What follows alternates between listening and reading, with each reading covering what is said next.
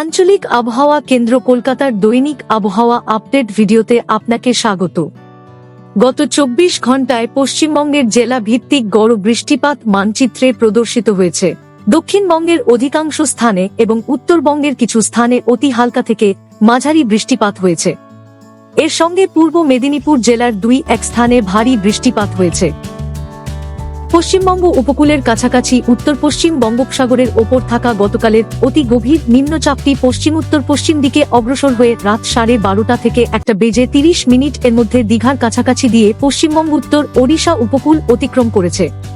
পরবর্তীতে উত্তর উপকূলীয় ওড়িশা এবং সংলগ্ন গাঙ্গে পশ্চিমবঙ্গের ওপর থাকা এই অতি গভীর নিম্নচাপটি গত 6 ঘন্টায় 12 কিমি প্রতি ঘন্টার গতিতে পশ্চিম উত্তর পশ্চিম দিকে অগ্রসর হয়েছে এবং আজ সকাল 8:30 এ উত্তর অভ্যন্তরীণ ওড়িশা এবং সংলগ্ন গাঙ্গে পশ্চিমবঙ্গের ওপর 21.9 উত্তর অক্ষাংশ এবং 86.8 পূর্ব দ্রাঘিমাংশের কাছাকাছি অবস্থান করছে।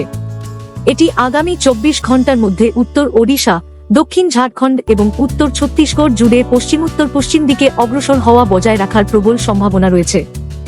সমুদ্রপৃষ্ঠে গড় স্তরে মৌসুমী অক্ষরেখাটি বর্তমানে অনুপওয়ার্ড, পিলানি, হামিরপুর, ডালটনগঞ্জ এবং উত্তর অভ্যন্তরীণ ওড়িশা ও সংলগ্ন গাঙ্গে পশ্চিমবঙ্গের ওপর থাকা অতি গভীর নিম্নচাপ কেন্দ্রের মধ্য দিয়ে অগ্রসর হয়ে সেখান থেকে দক্ষিণ পূর্ব দিকে উত্তর পূর্ব বঙ্গোপসাগরের দিকে বিস্তৃত রয়েছে।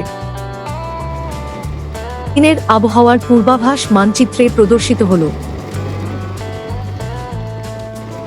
এই আবহাওয়াগত পরিস্থিতির কারণে 28শে জুলাই দক্ষিণবঙ্গের কিছু জেলার 1 বা 2 স্থানে ভারী বৃষ্টিপাতের প্রবল সম্ভাবনা রয়েছে। ভারী বৃষ্টিপাত অথবা বজ্রসহ বৃষ্টির সময় নিরাপদ স্থানে আশ্রয় নিন।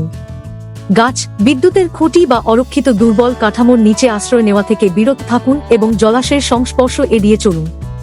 যানবাহন চলাচল প্রয়োজন অনুযায়ী নিয়ন্ত্রিত করা হতে পারে। আগামী 12 ঘন্টার মধ্যে পশ্চিমবঙ্গ ওড়িশা উপকূল এবং উত্তর বঙ্গোপসাগরে 45 থেকে 55 কিমি প্রতি ঘন্টা বেগে ঝোড়ো হাওয়া বয়ে যাওয়ার প্রবল সম্ভাবনা রয়েছে, যার গতিবেগ মাঝে মাঝে সর্বোচ্চ 65 কিমি প্রতি ঘন্টা পর্যন্ত পৌঁছাতে পারে এবং এরপরে এই গতিবেগ ধীরে ধীরে হ্রাস পাবে। মৎস্যজীবীদের আগামী 24 ঘন্টার জন্য পশ্চিমবঙ্গ উপকূল বরাবর এবং উত্তর বঙ্গোপসাগরে না যাওয়ার পরামর্শ দেওয়া হচ্ছে।